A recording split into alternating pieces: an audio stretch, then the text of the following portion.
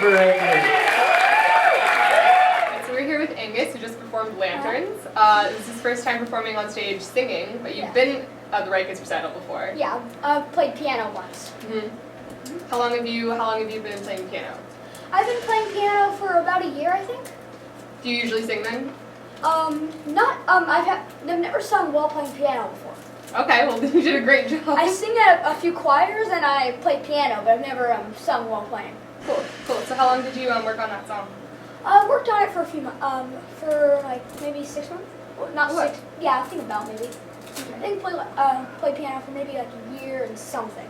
Not exactly a year, but a little bit more. Are you interested in any other instruments? I played cello for a little bit and then stopped. Yeah.